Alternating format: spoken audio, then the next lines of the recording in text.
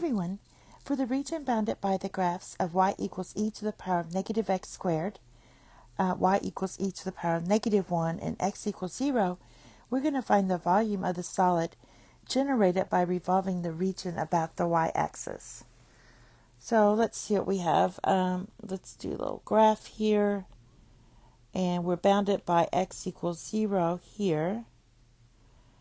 And y equals e to the power of negative 1. That's let's just call this remember that's like 1 divided by e. So this is e to the power of negative 1. Now this is 0. This is, let's put that as 1.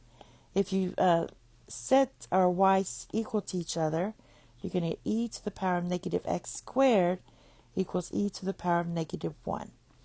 So basically you get negative x squared equals negative 1, x squared equals 1, or x equals plus or minus 1. All right, we can't use the minus because this is our restrictions on our x. So when x is 1, then we have this intersection here. So it looks, there's your line y equals e to the power of negative 1. At 0, we're going to get 1. So it comes up here, and the graph looks something like that. It also goes on this side, but we're bounded by this region. So this is the shaded region that we're looking at. All right. So now we can use our formula.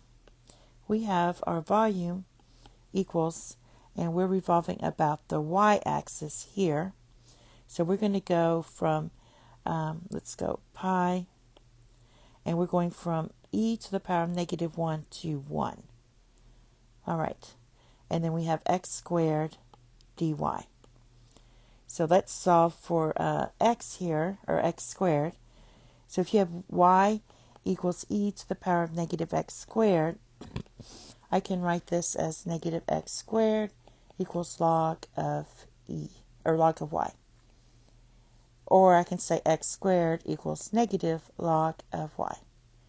So let's substitute that. Since we already have our x squared, our volume now is pi times the integral of e to the power of negative 1 to 1. And we have negative log of y dy. I can also pull out this negative and write this as negative pi. And we're going from e to the power of negative 1 to 1. And log of y dy. All right, so all we have to do is integrate this and then evaluate. I'll write it down again. We have negative pi times the integral of e to the power of negative 1 to 1 log of y dy.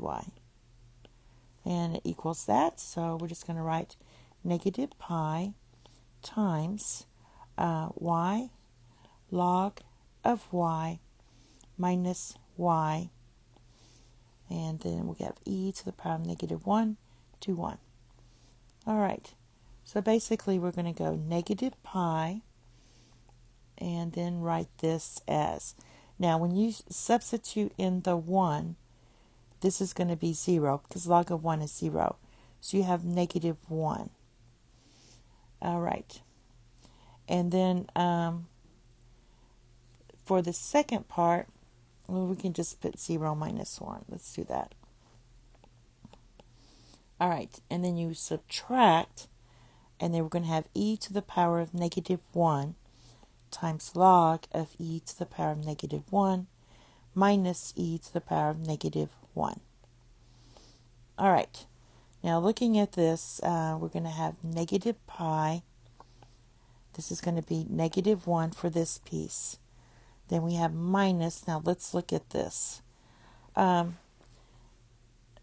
When you look at this, we can write this as log times e to the power of negative 1. I can use my power property for logs and write this as negative log of e. And you can put a 1 there if you want. Log of e is just 1. So this is just going to be negative 1. So I'm going to write negative 1 times e to the power of negative 1 minus e to the power of negative 1. All right, this gives me negative pi. We have negative 1 minus negative 2e to the power of negative 1. All right, let's see what else. Negative pi times negative 1 plus e to the power times e to the power of negative 1. So simplifying that, we can write this. You can multiply the negative through. If you multiply the negative through, I'm going to erase this. You're going to get pi times 1 and change the signs.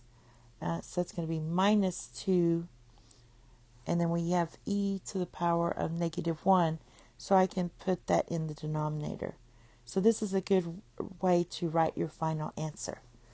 Thank you. Have a nice day. Bye-bye.